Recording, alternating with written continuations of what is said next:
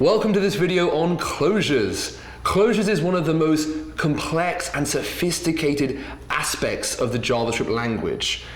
It rests on a deep understanding of lexical scope, of our persistent lexical scope reference, of exactly what it means to return a function definition from another function.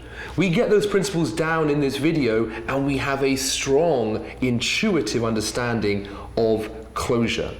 What does closure let us do? Closure lets us build functions that remember their previous execution. They get a persistent cache, a persistent memory alongside. We're going to discover that lets us build functions like once and memoize. Very, very powerful tools in our JavaScript toolkit. So I welcome you to this video and I look forward to seeing the things we're going to build using closure. So, in our previous session, we saw the power of passing functions in to other functions to make them reusable. Today, we're going to see what happens if we give our functions memories. If we allow functions to somehow, between their executions, remember their previous state, their previous data from past runnings. That's going to give us superpowers in writing our code. It's going to allow us to create functions that like once. It's going to say you can only run me once. So it's a once-ified version of multiply by 2. You can only run me once, and after that, if you run me again, return out, sorry, you can only run me once, or something like that. If we have that, our functions have memories. They have some way of remembering the previous time they were run. We can do all sorts of very interesting things. Normally, note, when our functions get called, we create a live store of data inside of them, sometimes known as variable environment, local memory, state, the state of the function, for that function's execution context, and only for the life of that function's execution context. That means while it's running, before it finishes executing. When that function finishes executing, everything gets deleted, except what? What doesn't get deleted? The return value. The return value, exactly. All the other local memory of the function is deleted.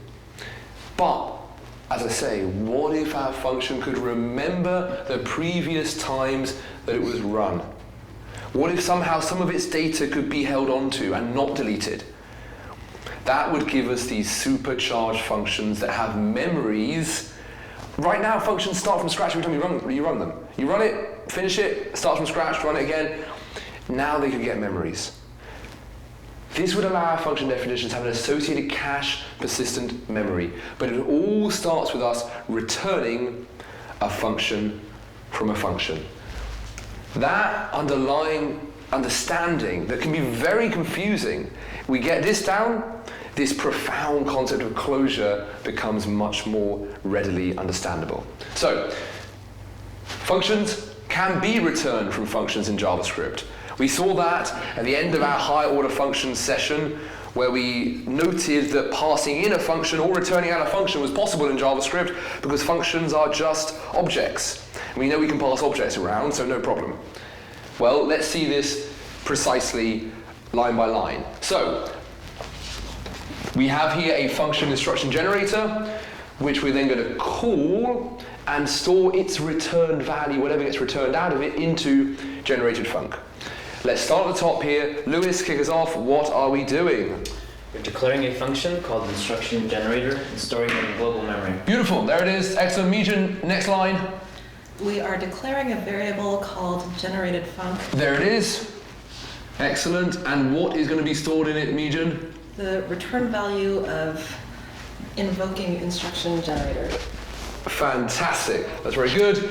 Now, Philip, can you do as well? What do we do when we execute instruction generator? What happens? We declare a function, multiply by 2. Before we jump into the function, what do we create? A new execution context. He did very well as well. Very nice. There it is. A new execution context, which represents or is the space, the context, the space in which to execute the code of the instruction generator function. This code here. We didn't write it out here, but it's in there. We're going to run through that code line by line and store anything that gets declared in a little local memory just inside this function. And by the way, when we finish running instruction generator, when we return out, all this stuff gets thrown away, gets deleted, gets removed. Huh.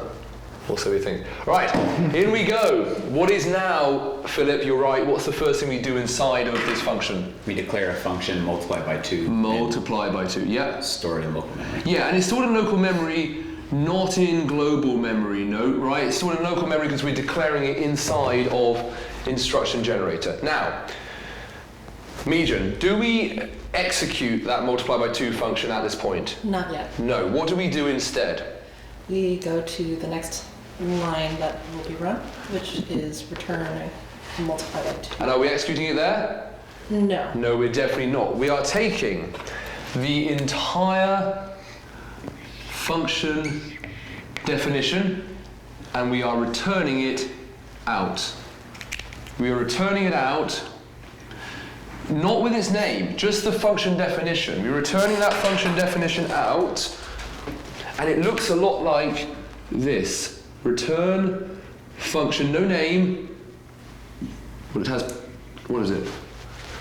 Num, yep, and then return num by 2.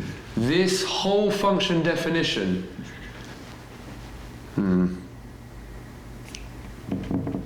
this whole function definition,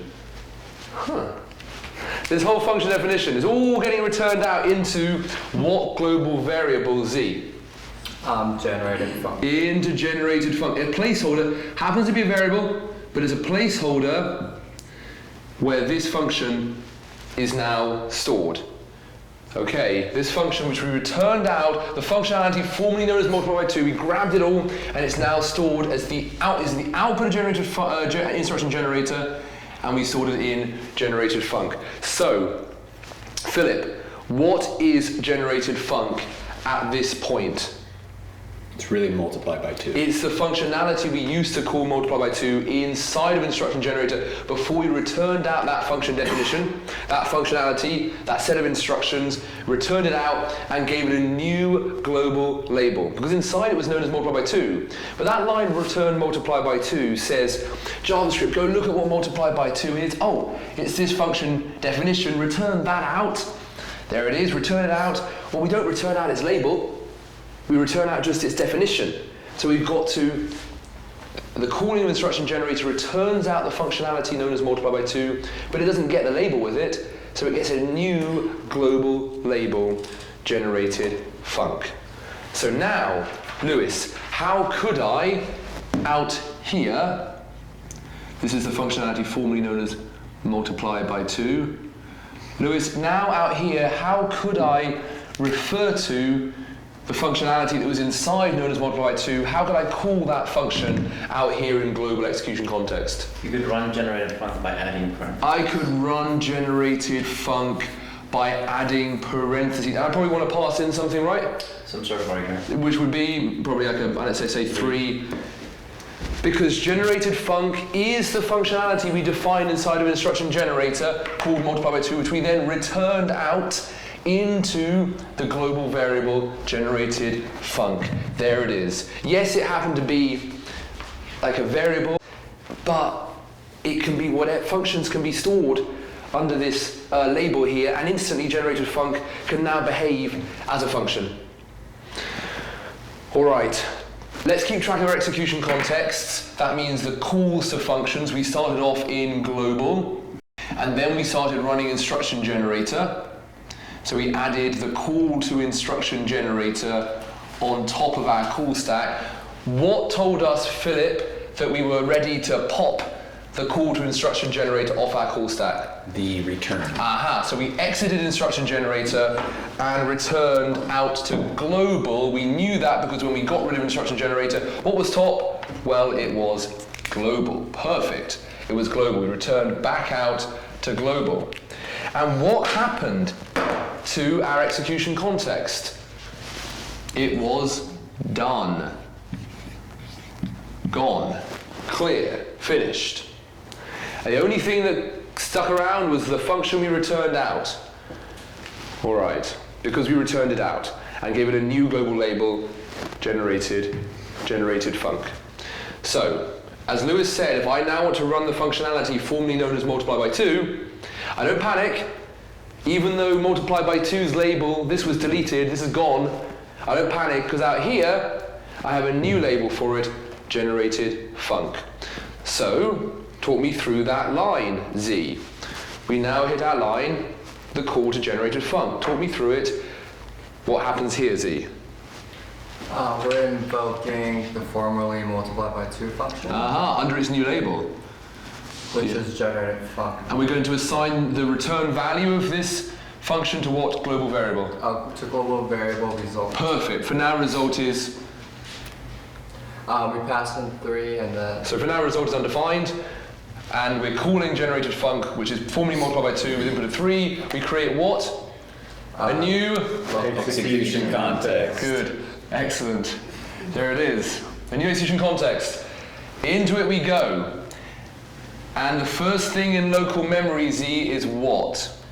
Num. Say it We again? declare the variable num. Num and assign, well, declare not the variable, the parameter, and assign it the value? 3. 3. Excellent.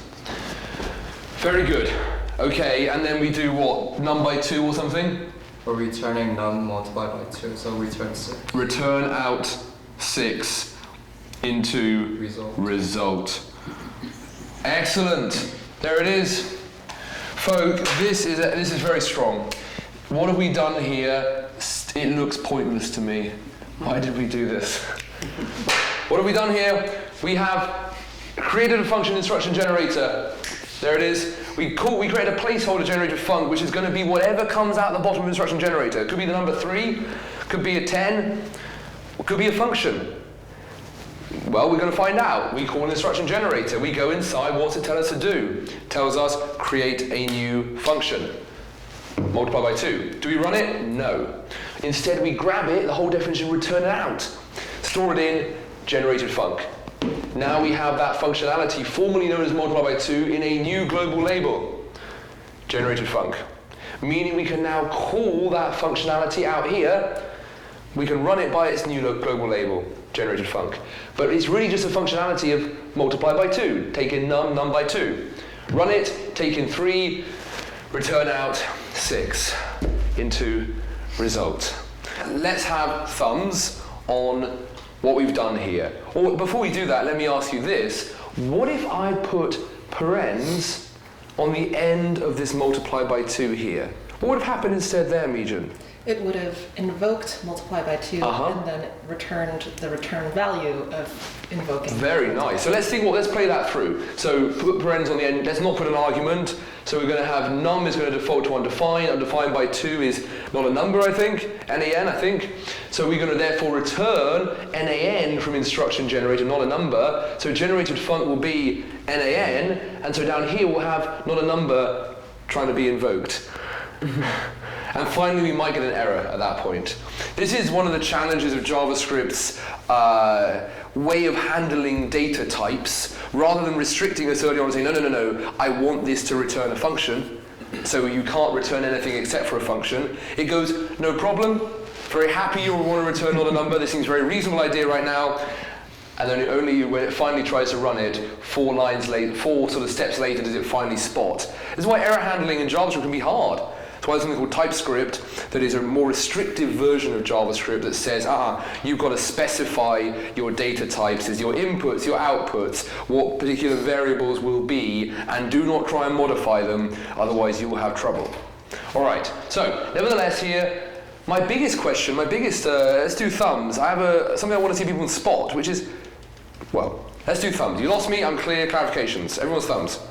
Philip has one. Philip, what's your clarification? Why are we doing this? It seems like it's repetitive to declare a function inside of a function, then return it out just to call it like normal. Why are we doing this? Why are we declaring a very usefully, explicitly named function multiplied by 2 inside of another function, then returning the little baby function out, and then calling it again anyway? Why not just declare multiply by 2 in the global memory from start? Well, it turns out we're going to get a whole bunch of bonus features by declaring, by defining, by storing our function inside of local memory and then returning it out. we're going to get a whole bunch of bonus features attached to that function. We'll see. All to come. All right, for now, let's talk about this. Calling a function in the same location, the same scope, the same location as it was defined. Let's walk through this code line by line, but note we're going to call outer, inside of which we're going to define increment counter and immediately call increment counter inside the same location. Okay, let's walk through this code line by line, and it's going to leave us with an open question, an ambiguity, which I regrettably have given the answer to here. But we're going to pretend we don't see this, and we're going to feel that ambiguity and see what it tells us about how our scoping, how our JavaScript thinks about looking for the relevant data at the relevant moment. Okay, what data is going to be available to us at a particular moment? And once we know that, we're going to have a very clear model for how we get this beautiful concept of closure. Okay, line 1, Skylar, what's happening? So let's start by declaring a function outer. Yep. With no parameters stored in the global memory. Okay, next line, Skylar. So we're going to call outer. Okay, perfect. With no arguments, and that opens up a new execution context. Very good. Thank you, Skylar. And we're going to add that to The call stack. the call stack. There it is, the call to outer. Splendid. A word I never used before. But, okay, into the execution context of outer we go. And Z, what is the first thing that happens inside this execution context? We declare the local variable counter and set it equal to 0. Perfect. Declare counter, set it equal to 0. Okay, next line, Mejan. We're declaring a function called increment counter in the local memory. And Perfect. That is excellent. Thank you, Mejan. Next line, Mejan. we are then calling increment counter. Okay. We're invoking it. Calling increment counter. How do I know I'm calling it? Remind me, Mejan. Parentheses. Parentheses. Does it need an argument? No, it doesn't. The parens are my all-powerful thing. They create my execution context. All right, so I'm adding increment counter to the top of the call stack, the stack of my functions being called. I'm calling outer, I'm calling increment counter inside of outer, so increment counter gets added to the top of my call stack. All right, into increment counter we go. What is the first line of code, Philip, that we encounter in increment counter? Counter plus plus. Counter plus plus. Counter plus plus. Okay, so we're going to increment this counter. But we've not declared anything inside of local, but we are going to look there for this thing we're referring to, counter. So where do we look for counter first, Philip? We first look in the local memory. The local memory of the local execution context. Do we find it? No. No, we do not. So where do we look next, Mejan? We'll look in the local memory for outer. Aha. Where do we find counter? We do. We do. What do we do to it? We increment it by 1. Beautiful. We did not find our counter in our increment counter's execution context local memory, so we stepped one layer out to outer. Everything right now, I am so confident that it's because I called increment counter inside of outer, because I ran it inside of outer, one layer down the call stack, that I went out to outer next. I'm so confident of that. I'm 100% confident of that. That's the reason. It's so obvious that the one box is inside the other box. I'm 100% confident. The reason why I have my counter available to me in increment counter is because I'm calling increment counter inside of outer. It's that going down the call stack. Everyone confident with me? We're all wrong. I try to include myself in that, but we're all wrong. We're all wrong together. Well, it says here, where you define your functions determines what variables your function has access to when you call the function. In other words, it's not that I called increment counter inside of outer. That means when I don't find counter in local, I can go one layer out to outer and find counter. It's not because I called it there. It's because I defined increment counter inside of outer? It's because I defined it adjacent to counter. Well, for now, who cares? They're calling and defining in the same place anyway. So I can't even tell. You actually may still be right. You may still be right. You may still be right, we'll see. Or can anyone think of a way to somehow test this? To run increment counter in a way that would test my theory that it's where I call it that matters? Philip? We can return the definition of increment counter out of outer. That's very, very sophisticated. JD? We can call it outside of outer. Aha! We can call it more, yeah, absolutely, Philip, you're so spot on, but you're right, JD, to say we can call increment counter out here. Then I know I defined it inside, but I'm calling it outside. So I can see what really matters. Is it where I define it, increment counter, or is it where I call it? So how do I end up running increment counter out here? I don't think I can do it. Have I got an idea? Yeah, what if I run increment counter out here, can I even run it like this, Megan? Is this legitimate code? No. Yeah, I'm going to get some sort of error, aren't I? Increment counter is not a function. It's not available. Yeah, so Megan, how could I get that inner increment counter function out from where it was defined and test my theory of it's where I call my function, or is it where I define my function that determines what data ends up being available to me? You could return that function out of outer. Fantastic. I can return that increment counter function out from where it was defined. We gave birth to it inside of here. We say, let's return it out and use it outside, just as we did with our instruction generator, the multiply by 2 function. We defined inside and returned it out. Same thing, we could define increment counter and return it out, give it a new global label for that inner functionality, and then call it by that new global label in global execution context. Here it is. There is a way to run a function outside where it was defined, return the function's definition, and assign it to a new global label for that functionality. Here we go, folks. This is a call. This is our code. This is our code. So, line 1, what are we doing? Z. We're declaring outer, the function outer, in the global variable. In the global variable environment, global memory, yep, both of those are legitimate. Thank you, thank you, thank you. Next line, Megan. We're declaring a function, or I'm sorry, a variable, my new function. And for now it is yet to be defined, but it's going to So be. JavaScript doesn't call it yet to be defined, it calls it undefined. Undefined, yeah, good. Yeah, that's actually a data type in JavaScript. It's not just like, yeah, so yet to be defined. That is a more poetic version of undefined. All right, undefined, and we're going to now go do some work, right, Megan, to figure out what to store there. We're creating a new local execution context because we are invoking the function outer. Excellent. Very nicely put by Megan.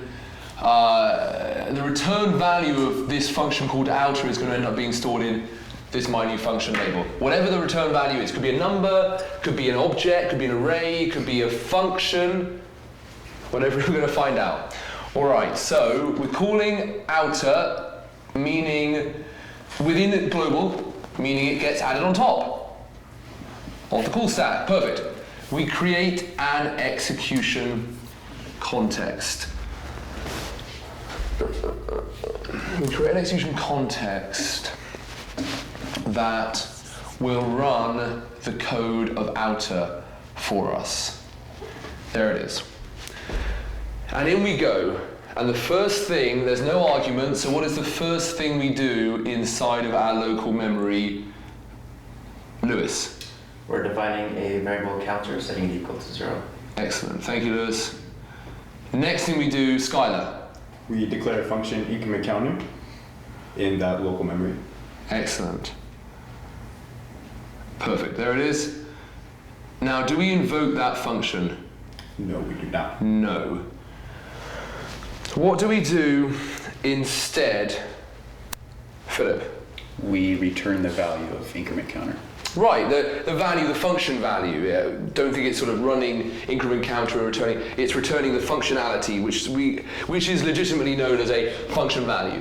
This is our label for our function value, but think of it as being the function definition is the value, right? It gets returned out. That whole function definition is going to be returned out, not executed. It's going to be returned out in one go. Think of it returning out basically function, and what's the body of that function, Philip? Counter plus plus? Yeah, exactly. That's the functionality we're returning out.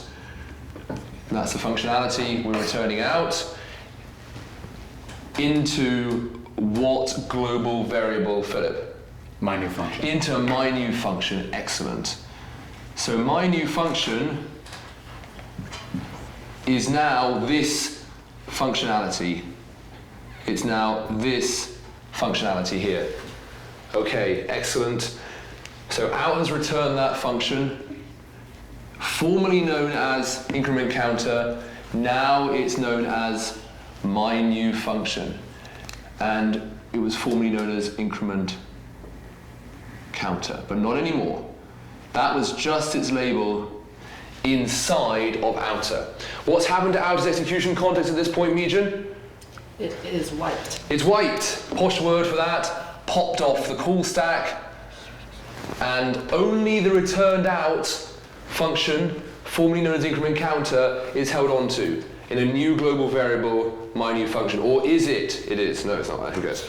We'll see. We'll see. What's our next line of code? Because now we can run our increment counter function in the global context through its new label, my new function. There it is. So we hit the all-important line, my new function being run. The all-important line. All right, let's get a new pen. Is it the all-important line, my new function being run, and what do we do, Lewis? We're creating a new execution context. Excellent. That's where we begin, as always. Yeah. In we go. And it has a local memory. And our thread, by the way, is woven in here, come back out, and now it's gone in here. Okay, in we go. Execution context, what's the first thing it says to do inside of my new function, the functionality formerly known as increment counter? What's the first thing it says to do? Increase counter value. Perfect. Counter plus plus. Now we get our question. Where? Oh, we're calling my new function, so what do we do with the call stack, Philip? We push the call to my new function to the call stack. Excellent. We push the call to my new function to the call stack, very well put. It's top of our call stack. This is where we are right now. Is outer's execution context still open? No. This is so, oh, I forgot to indicate that. This is so done. That sound more colloquial than intended.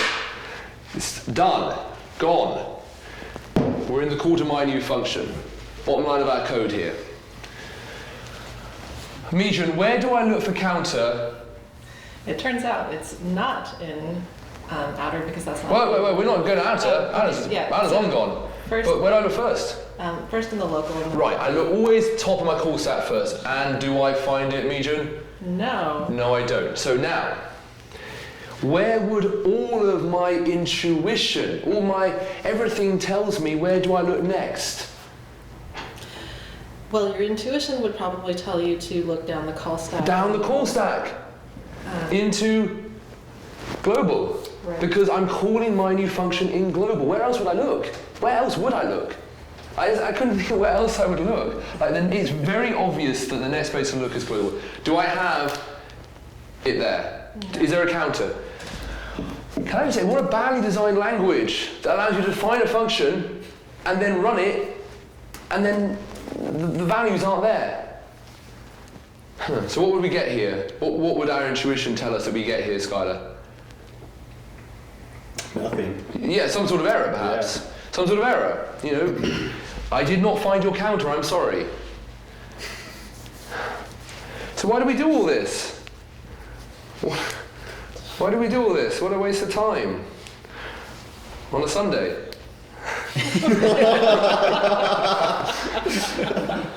What a way to spend a Sunday. Unless something else is actually happening, something we do not yet have a model for, unless something else is happening, what might that thing be? Well, I'm not going to drag it out longer than I already did, because I already dragged it out quite some time. What is that thing that's actually happening? It turns out that when I return out a little baby function from a bigger function, when I return that function out, I get more than just the function.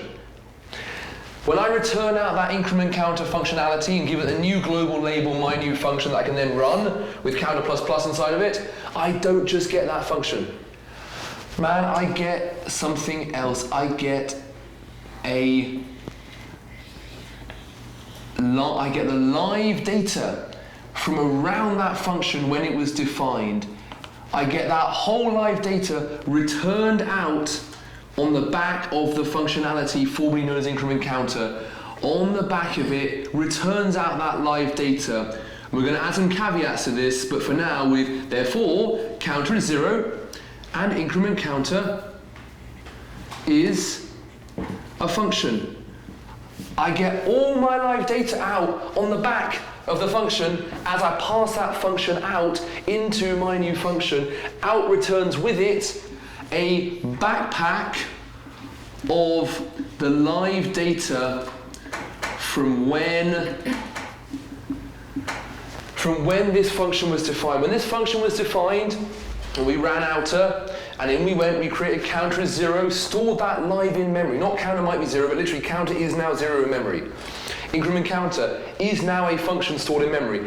When we returned out that increment counter, we brought with it all the live data from when that function was defined, all on the back of that increment counter function or functionality. So attached now to my new function is that backpack of live data on the back of the function. Meaning, what actually do you think is the process when I end up calling my new function, the function with the backpack of data? What actually do you think is the process when I do that and I look inside and I hit the line counter plus plus? Where do I look first, Meejun? Inside the backpack. Where do I look first? Oh, inside the low end. Excellent. And where do I then look next, Meejun, before global? Before global, you would look in the back. Into the backpack. These are the same thing, just copied and showing in two places. Into the backpack, where what do I find, Meejun? You find the counter variable, and you find its value of 0, so you can increment it. To? 1. To 1. Fantastic. All right, we're going to talk so much more about how this works, but first, now I've finished running my new function, what happens to its local memory and to its execution context? Deleted, popped off, gone. This guy here is done. Its local execution context memory, unless I return something out, it's done. But we're going to hit the call to my new function again. Let's do it. We're going to call my new function again. We popped it off the call stack. Its data, unless we return something out, is deleted, as all function execution context data are when you finish running them. Okay, but we're going to hit it again.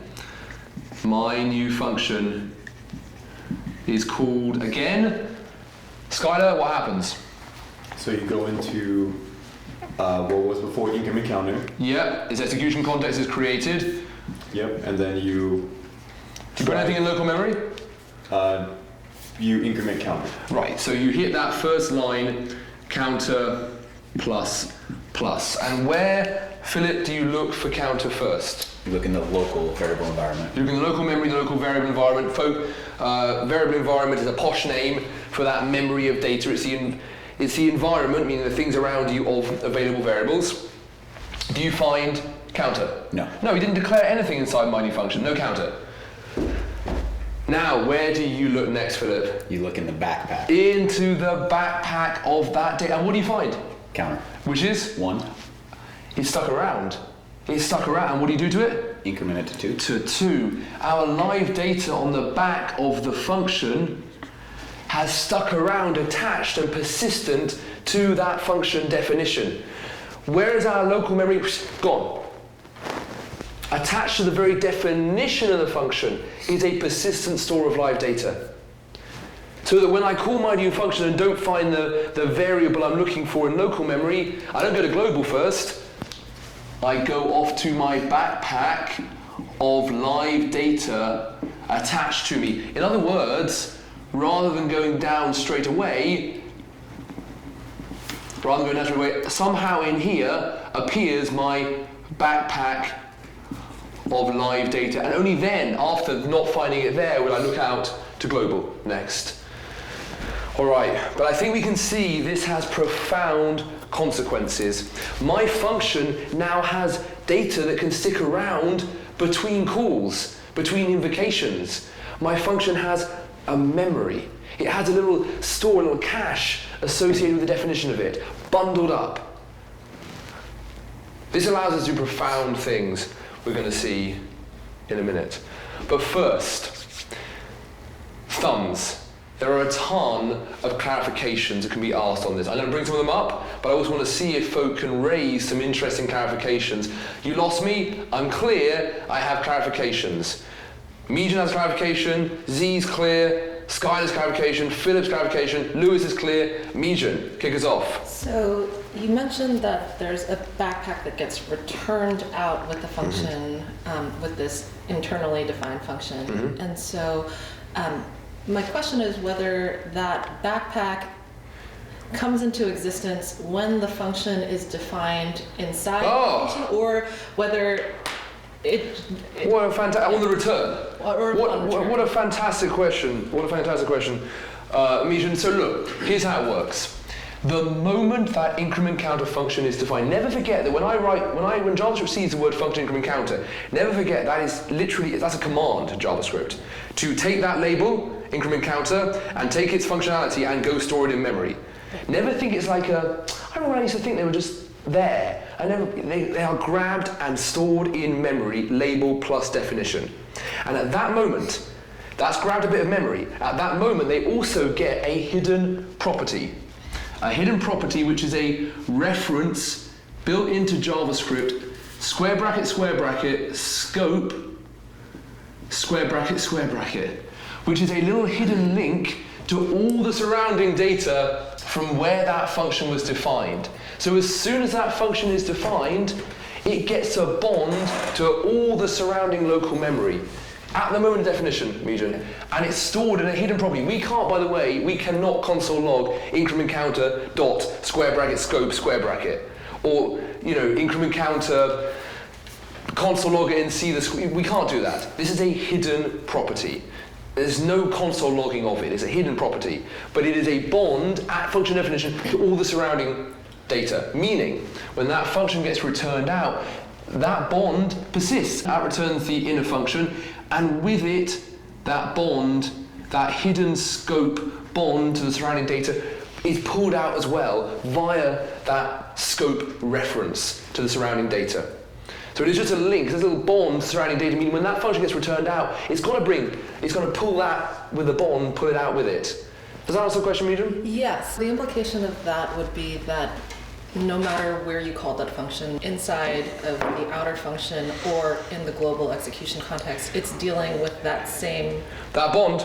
That's where it goes and looks, yeah. So you could potentially call it once from inside outer and once from... It's always looking down this route first. Yeah. But most of the time we don't really notice it, right? Because normally when you're calling a function inside of here, the call stack chain, you're calling it in the same place you defined it, so you don't really make any distinction. It becomes interesting when I return the function out and the local memory would appear to have gone. Right. But it's still held on to through that bond. And normally when I finish running a function, anything that's not returned out is deleted. But now, JavaScript goes, I've returned out a function and it's still got a bond, a reference to surrounding data. I better not delete any of that data, better store it in the backpack. Hypothetically though, if we're to call increment counter right before you return it out of outer, and then you run my new function, the first time in the global context, it would be seeing a counter, it would be seeing the value 1 in counter. Sure. And sure. then it would be incrementing to that. It's all the same Okay. backpack. It is the backpack of live data, absolutely. Got it. Excellent, great question, Mejan. Philip. It's very similar to Mejan's, but slightly different. When the backpack is created and it's creating that link between the variables and the function, does it reference variables that aren't used in the function? So I guess like Yeah, I mean, that bond is to that live local memory of data. so everything. Absolutely. But when I return that function out, suppose I define 100 variables inside of here. Mm-hmm. But I know exactly, I can only access the let's be really clear. Once I get this function out and call it my new function, I can only access this backpack of data from inside of my new function. I can't do my new function dot scope counter. I can only access it by referring to something that's not in local memory and therefore going and looking in the backpack of live data. Otherwise, I can't access it. Well, that means that when I return that function out, increment counter into the global variable my new function with the backpack of data, I can know before I return out that function, or as I return it out, I can know exactly what things in my local memory or my backpack, same thing, I could ever refer to. Philip, what's the only thing from my new function that I can refer to in my backpack? Counter. So suppose I've defined 100 different variables in here, taking up a ton of memory. Would they be in my backpack? I mean, according to our current rule, yes. We haven't said, but JavaScript's engines are smart enough to think, hold on, I know exactly what's the only thing that can ever be referred to in the backpack, and it's counter. So only hold on to stuff in the backpack that could ever be referred to. Don't be returning out and at the point of returning out the function, JavaScript does an optimization and goes, let me just check what's in that, counter. Well, then everything else in this backpack, delete it. Only hold on to data that could ever be referred to from that function call. All right. Skylar, your clarification. Just answered it.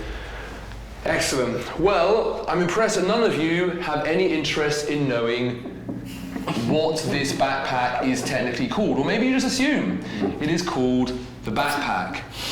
Because why not? What a useful... I think it's a good term for it. But we do not have the privilege of setting JavaScript's official terms for them. So instead we have to acknowledge, at least, their official terms. Now there's two I like. Not very catchy. Long. In fact, very long.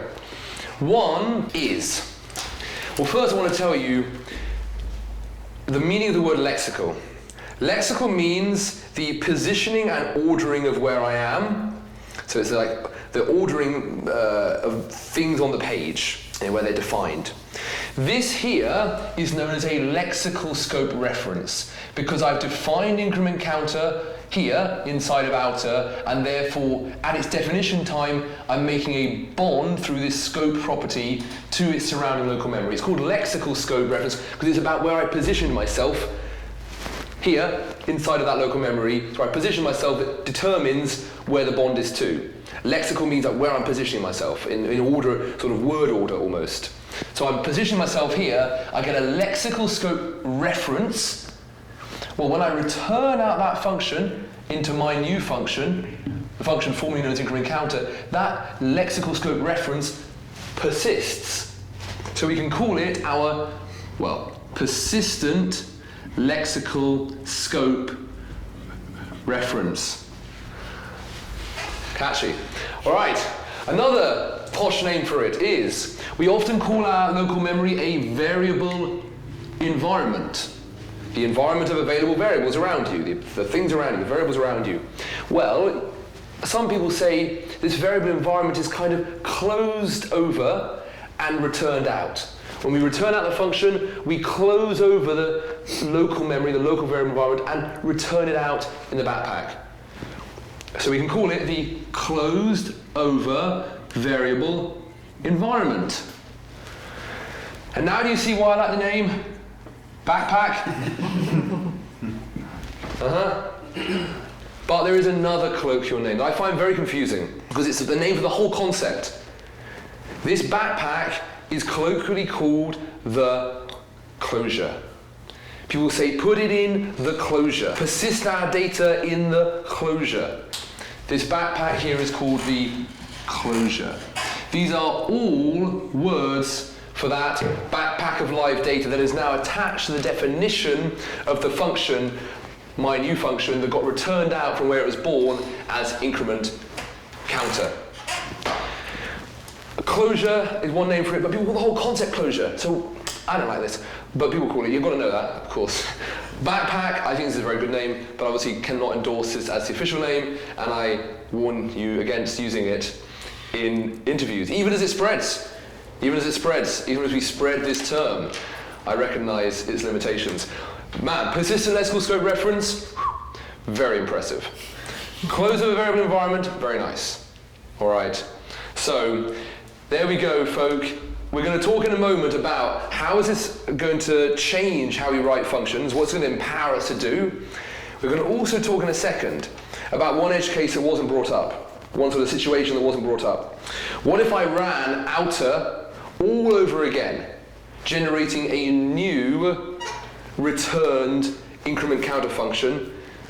Let's see what happens with that. If I ran it all over again, I ran out all over again and stored the returned increment counter function or definition into another function.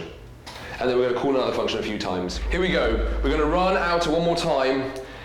We are almost there. We are almost there. So let's run outer one more time. Here we go. So let's move our call stack over. Call stack is over here with global, and we are going to hit the line another function is going to be the return value of a further call to outer. So talk me through this Z. Left hand side first. We're declaring a global variable called another function. Another function. A function. Yeah, another function. I could be able to write it out. Another function. There we go. Yeah. And do we know what's going to be stored in it yet? Z? It's going to be undefined. Undefined for now because we've got to go off and get the return value of calling outer. So let's do it. Let's create a new execution context. In we go, and what's the first thing in our local memory Z? We declare a local variable called counter and we set it equal to 0. This counter is 0. Yeah, I find I ask the same person, same question every time. Z, next line. No, Mejan, next line. Then we're going to declare a function called increment counter. Perfect. Okay, and now, is that all we're doing at that point, Mejan? So that function will also get a persistent lexical scope reference. Right. Wow. Wow. Very impressive. So, we are instantly on the function definition moment, making a bond from it under the hood through this scope property to the surrounding local memory. Very nice from Mejan. Okay, now what's the next line we hit, Mejan?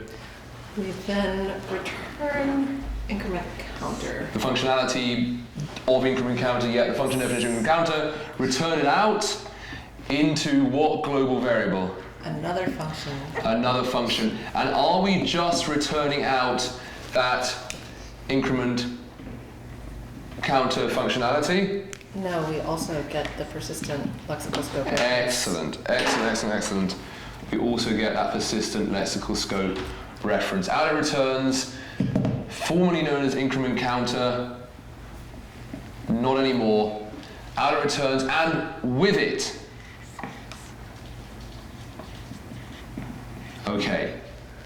Okay. So, at this point, I'm going to ask my favorite question to ask. What if we were to call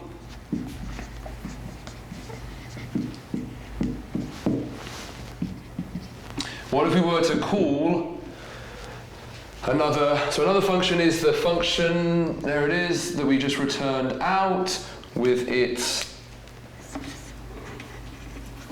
backpack of live data. What if we were to call my new function once, my new function again, another function once, and another function again, median? What if we were to do that? What would our values call my new function once? And let's slightly change this so that we can console log our counter after we increment it.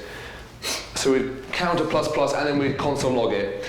My new function once, my new function again, another function once, another function again. What values of counter would we see in our console for each of those calls?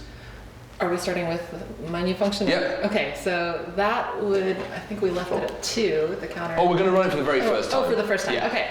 So you would see it incremented from 0 to 1. Perfect. And then from 1 to 2. Okay. So you see 2 in the console, but then when you switch over and run another function, you're starting with a variable in its own persistent lexical. You're starting with its own persistent. You really don't want to use the lexical backpack scope term? reference. You really You're don't use the looking backpack at its term? own backpack, and you get, and so you'll see 1, and then you'll see 2. Should we give her a big round of applause? Excellent, very nice meeting. Beautiful. We have now got 2 distinct functions that we returned out individually, formerly known as increment counter, one in my new function, one in another function, and they both have their own distinct backpacks. Our functions have individual persistent memories, caches of data attached to their definitions. All right, thumbs. At this point, you lost me, I'm clear, I have clarifications, it's okay to have clarifications, it's okay to have thumbs up. Any final clarifications, people? All right. By the way, this is known as a lexically scoped language, one in which where I define my function is what in the end always determines what data I have access to. And we take advantage of that feature to give our functions persistent memories attached to them. Just as a quick clarification, a dynamically scoped language would be one where I call my function is always what determines what I have access to. So I'd go down my call stack always, never checking in some backpack. So given we have this feature, this persistent lexical scope reference, this bundle of data, this backpack, this closure attached to our function definition, what can this let us do? This lets us achieve amazing, powerful functions. Our functions with memories now enable us to build functions like the onceified version of a function. So the onceified version of multiply by 2 says, first time you run me, take in 7, return out 14, and increment in the backpack a value of counter to 1. Next time you run me, make sure you're checking the value of counter. It's a 1. You can't run me again. And instead of passing in 20 to multiply by the onceified version, multiply by 2, pass in 20, check in the backpack, find count as 1, you don't return out 40. You return out, well, you can have different versions. You can have one which returns out the original value, 14, or another which returns out, sorry, you can only run me once. And this turns out to be super useful. You're building games, like a tic-tac-toe game, you want to be able to on-click change a cell's value, but you never want to be able to allow it again. Then you set your function, you set a onceified version of that function. Sorry, once you set the value of the tic-tac-toe cell, you can't set it again. You're only allowed to run it once. Or memorization. Memorization is super powerful, very, very standard best practice to use in your code. You've got a complicated function that takes a ton of time to do its work, say finding the nth prime number or some other thing that takes a lot of time. You pass in, 10,000, 12,000, and finding the 12,000th prime number can take a few seconds. Well, do that work, and then store in the backpack maybe an object like store, and have 12,000 associated with whatever the value is that it's a 12,000th prime number. Go do the work of finding the 12,000th prime number the first time, and then make sure to store it in the backpack. So the next time when you run memoize nth prime, an nth prime with a memory, and pass in 12,000, instead of doing all the, figuring out the 12,000th prime number, jump straight to the backpack, check first if, you run it with 12,000 before, and instantly return out the value from the first time you ran it. My functions now have memories, and that is very powerful.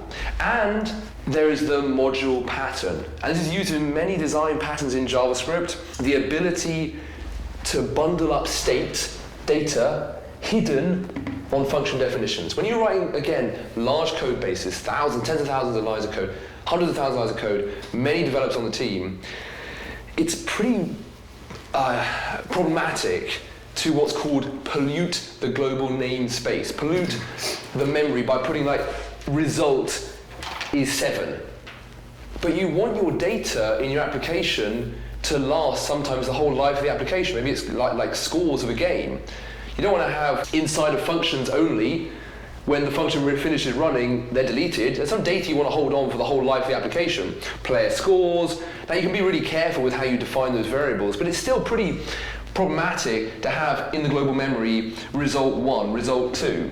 And yet the only way to keep data around the entire life of an application is for it to be in global memory. Or so we thought. What Clojure also gives us is the ability to persist data for the life of an application, but hidden in backpacks on function definitions.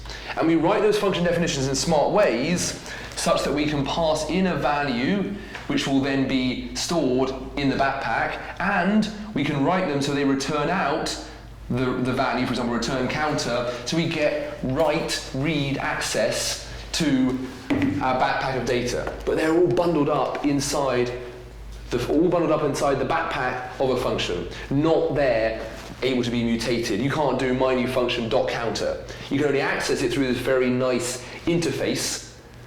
That is, I can run my new function, pass something in that I'll make sure gets passed to the backpack, and I can also make sure when I run that function, the return value is all the data from our backpack. And this is what gives us something called the module pattern in JavaScript. Right, people, excellent. There we go. That is Clojure.